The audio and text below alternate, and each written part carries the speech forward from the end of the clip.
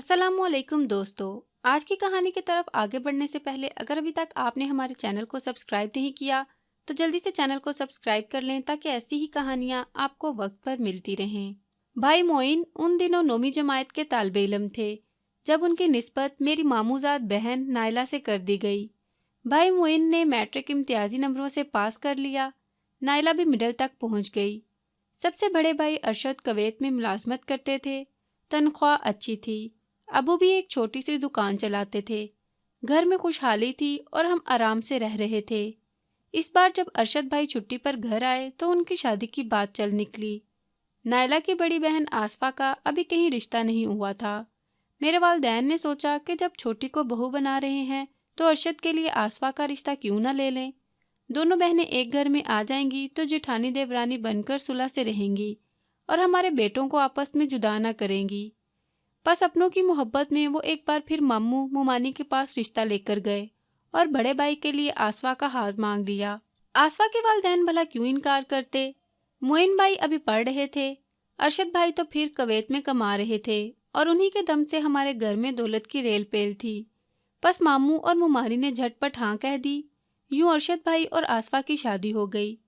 अम्मी अब्बू बहुत खुश थे कि दोनों लड़कियां एक ही घर से हैं। अरशद भाई अलबत्ता मामू के घर से रिश्ता लेना ना चाहते थे।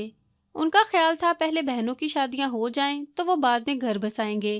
ताहम अम्मी अब्बू की खुशी की खातिर उन्होंने आसफा से शादी कर ली। ये हमारे घर की पहली खुशी थी। भाई ने काफ़ी रुपया कमाया हुआ था।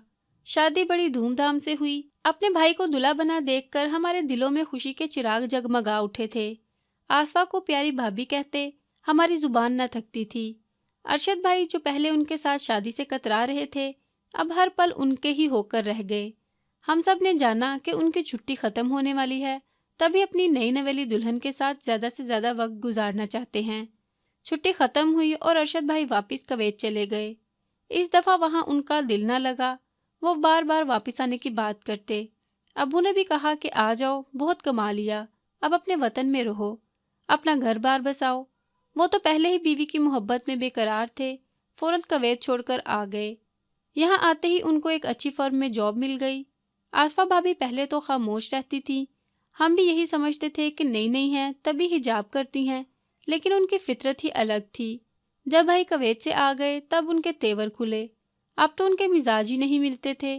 वो बात बात पर मेरी माँ की बेइज्जती करने लगी। बड़ी होने का फ़ायदा उठाते हुए हम तीनों बहनों को भी टपट देती। यहाँ तक कि अब्बू अगर समझाने की कोई बात करते तो उनके आगे जुबान चलाने से बाज ना आती। उन्होंने मेरे भाई को दबा कर रखा हुआ था कि वो बीवी की सरजनिश भी ना कर सकते थे। एक दिन वो भाई से कहने लगी, ये मकान तो तुमने अपने पैसों से बनवाया होगा, तो ये लोग इसमें कब तक रहेंगे। उनको अब अपना अलग मकान ले लेना चाहिए। भाई बीवी की बात सुनकर खामोश हो गए। हालांकि उनको भाभी को डपट देना चाहिए था, क्योंकि मकान में अब्बू ने अपनी कमाई लगाई थी और अरशद भाई ने बाद में पुराना घर गिराकर अपना मकान तामीर कराया था। प्लॉट तो अब्बू का था और मकान भी उनके ही नाम था, जिसमें हमारा भी हिस्सा था। एक दिन तो आसफा ने इंतहा कर दी। कहने लगी, अरशद, इस घर में मैं रहूंगी या फिर तुम्हारे माँ बाप और बहन भाई, वरना मैं मैके चली जाऊंगी। बेटा जितना भी नाफरमान हो वो क्यों कर अपने वालिदैन को घर से चले जाने का कह सकता है। आसफा भाभी इस बात पर रूठ कर मैके चली गईं। कुछ दिनों बाद अरशद भाई बीवी को मनाने उसके मैके गए। सास ससुर ने जाने क्या कहा कि वापस आकर बोले, आप लोग बेशक इस घर में रहें लेकिन मुझको मेरा हिस्सा दे दे, मैं बेचकर अलग मकान बनाकर रहूँगा। वालिद ये बात सुनकर परेशान हो गए। वो इस घर के हिस्से करने बारे में सोच भी नहीं सकते थे। काफ़ी सोच विचार के बाद वालिद साहब ने दुकान फरोख्त कर दी और जो रकम उनके पास थी सब इकट्ठा करके भाई अरशद को देखकर कहा कि बेटा तुम हिसाब कर लो और अपना हिस्सा रकम की सूरत में ले लो। मकान में बाकी बच्चे भी हकदार हैं। बेटियां अभी बिन ब्याही हैं और मोइन तालिबे इल्म है। मैं सारा कुंबा लेकर कहाँ जाऊँगा। भाई ने रकम ले ली, लेकिन वालिद ने उनसे मकान के हिस्से की रकम देकर तहरीर लिखवाने की ज़रूरत महसूस ना की। बेटे पर एतबार किया। अरशद भाई का साला महकमा माल में मुलाजिम था। उसने उनको पट्टी पढ़ाई और यूं भाई ने वालिद की जो थोड़ी बहुत ज़रई अराजी थी सब अपने नाम करवा ली, जिसका इल्म अब्बू को ना हुआ। और जिस मकान में हम रहते थे भारी रिश्वत देकर वो भी अपने नाम करवा लिया। जब अब्बू को मालूम हुआ तो वो दुरुस्तगी कराने को धक्के खाने लगे। باقی ساری باتیں تو معین بھائی کے سامنے ہو رہی تھیں، لیکن ابو نے مکان کی بات اس سے پوشیدہ رکھی کیونکہ وہ پڑھ رہا تھا اور جذباتی بھی بہت تھا۔ ہمیں پریشان دیکھ کر وجہ پوچھتے تو ہم بھی نام بتاتے۔ جب دکان بک گئی تو ذریعہ معاش بھی جاتا رہا۔ بڑے بھائی تھوڑا بہت خرچہ امی کو دے رہے تھے، لیکن ابو بہت خفا تھے۔ انہوں نے ارشد بھائی سے یہ خرچہ لینے سے انکار کر دیا۔ معین کے تعلیمی اخراجات بھی بڑے بھائی ہی دے رہے تھے۔ جو ہی اس نے ایف اے پاس کیا، بھابھی نے بھائی جان سے کہہ کر تعلیمی اخراجات بند کروا دیے۔ مجبوراً معین بھیا کو پڑھائی چھوڑنا پڑی۔ بھائی نے کہا کہ اب نوکری تلاش کر لو، آگے پڑھنے کا کوئی فائدہ نہیں۔ جب مکان بھائی کے نام ہو گیا تو بھابھی نے مزید پریشان کرنا شروع کر دیا کہ اب یہ مکان چھوڑ دو، یہ میرے شوہر کا گھر ہے۔ ادھر یہ پریشانی، ادھر معین کو نوکری کی تلاش میں دھکے کھانے پڑ گئے۔ آخر اللہ نے کرم کیا اور اسے ایک اسکول میں استاد کی ملازمت مل گئی۔ یوں ڈوبتے کو تنکے کا سہارا ملا اور تھوڑی سی مالی سہولت نصیب ہو گئی۔ معین بھائی کے دوست کے والد بہت بیمار تھے۔ ان کے علاج معالجے کی خاطر وہ اپنا پلاٹ بیچنا چاہتا تھا۔ یہ چھوٹا سا پلاٹ صرف 3 مرلے کا تھا۔ اس نے معین سے کہا کہ میں تم کو کچھ کم پیسوں میں دے دوں گا اگر تم اپنے لیے خرید لو۔ امی نے ہم بہنوں کے لیے بنوائے زیور فروخت کر کے رقم معین کو دے دی کہ پلاٹ خرید لو، یہ سستا مل رہا ہے۔ تمہاری بھابھی ایک دن ہم کو گھر سے باہر کر کے دم لے گی، تب ہم کہاں جائیں گے؟ معین بھائی نے پلاٹ خرید لیا اور پھر قرض لے کر اس کو بنوانا شروع کر دیا تاکہ 2 کمرے ہی ڈال لیں تو یہ روز کی لڑائی بند ہو۔ بھابھی کو بڑی خوشی ہوئی کہ ان کا مکان بن رہا ہے اور اب یہ چلے جائیں گے۔ کہتی کہ پکے کمرے بنوانے کی کیا ضرورت ہے، گزارے لائق چھپر ڈال کر شفٹ ہو جاؤ، پھر رفتہ رفتہ بناتے رہنا۔ قرض لے کر بنوا رہے ہو تو کب قرضہ اتارو گے؟ معین نے ان کی نہ سنی۔ ہمارے حالات دیکھ کر تایا ابو اور ان کے بیٹے نے ہمیں قرضہ دیا تھا کہ جوں پیسے آتے جائیں قرضہ اتارتے رہنا۔ دراصل تایا ابو بھی اپنے بیٹے کے لیے میرا رشتہ لینا چاہتے تھے۔ بہرحال مکان میں تھوڑا کام باقی تھا کہ ابو بیمار ہو گئے۔ کام رک گیا تو بھابھی نے معین سے کہا کہ بہت کر لیا بڑے بھائی کی کمائی پر عیش، اب مزید یہاں ٹھہرنے کے بہانے مت ڈھونڈو اور زیر تعمیر گھر میں شفٹ ہو جاؤ۔ اس بات پر معین کو غصہ آ گیا اور جھگڑا ہو گیا کہ بیمار باپ اور جوان بہنوں کو لے کر زیر تعمیر گھر میں کیسے جاؤں؟ آپ سے اگر صبر نہیں ہوتا تو خود جاؤ جہاں رہنا ہے۔ جب چھوٹا دیور بھابھی سے اونچا بولنے لگا تو ارشد بھائی سے برداشت نہ ہوا۔ انہوں نے چھڑی اٹھا کر معین کے 2-4 لگا دی کہ بڑی بھابھی سے بدتمیزی کر رہے ہو، شرم نہیں آتی؟ شرم تو ان کو نہیں آتی جو میرے بیمار باپ کو بیماری کی حالت میں نکلنے کو کہتی ہیں، جبکہ ان کو دمے کی تکلیف ہے اور وہاں زیر تعمیر گھر میں سیمنٹ، بجری، مٹی پڑی ہوئی ہے۔ آپ ان کے پیچھے اندھے ہو رہے ہیں؟ آپ کو کیوں باپ کی بیماری نظر نہیں آ رہی؟ بس پھر کیا تھا، ارشد بھائی آپے سے باہر ہو گئے اور معین کو مارنے کو چھری اٹھا لی۔ اماں چیخنے لگیں اور ہم بہنیں شور مچاتی ہوئی معین بھائی سے لپٹ گئیں کہ کہیں اسے چھری نہ لگ جائے۔ شور سن کر پڑوسی آ گئے تو آصفہ بھابھی زاروں کی طرح رونے لگیں۔ بھائی نے بھی چھری چھپا لی۔ انہوں نے پڑوسیوں سے کہا کہ معین ان کو مارنے لگا تھا۔ بڑے بھائی نے روکا، تبھی ان کا جھگڑا ہو گیا۔ امی ابو ارشد بھائی کے خلاف پڑوسیوں سے ایک لفظ نہ بولے۔ بھابھی کو روتے دیکھ وہ یہی سمجھے کہ معین کا ہی قصور ہوگا۔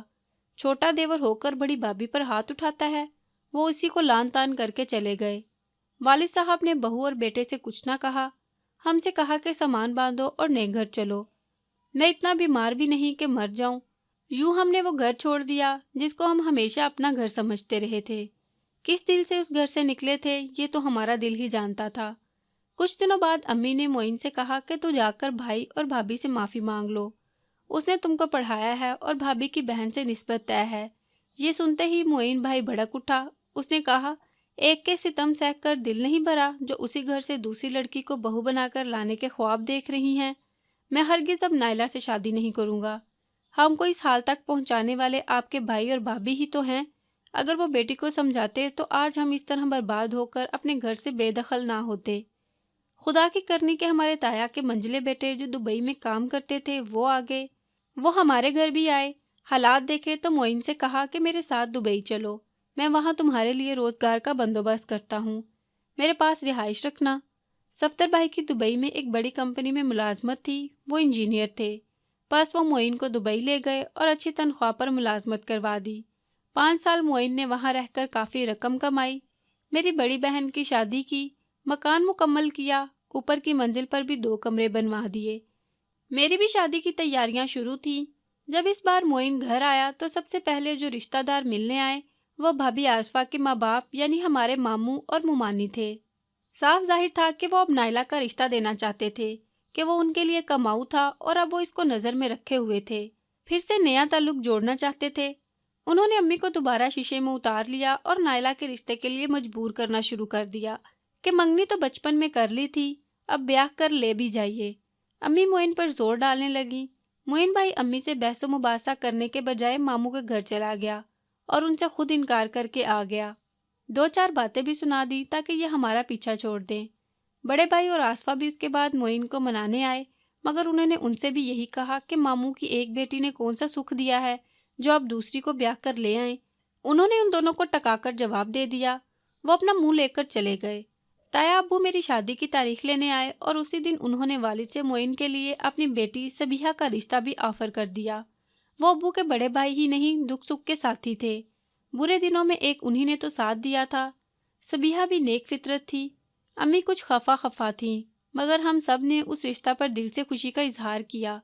यूं इधर मेरी शादी कैसर से हुई तो उधर सबिहा भाभी बनकर हमारे घर आई। इस बात का पता नाइला को चला। वो बहुत दुखी हुई और बहुत रोई। नाइला दरअसल बचपन से मोइन को चाहती थी। वो तो इतने अरसा तक अपने मंगेतर के ख्यालों में ही रही थी। उसे धचका लगना ही था।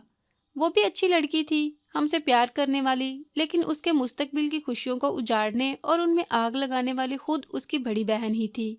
अगर वो हमारे साथ हुस्न सलूक से रहती तो नाइला ही हमारी भाभी बनती। हमारी नाइला से दुश्मनी नहीं थी। सबिहा ने हमारे घर को अपने तरीके से लिखे से जन्नत बना दिया। वो मोइन भाई के लिए कुदरत का एक हसीन तोहफा साबित हुई, जिसने हमारे घर को बिखरने न दिया, बल्कि सबको एक दूसरे से जोड़े रखा।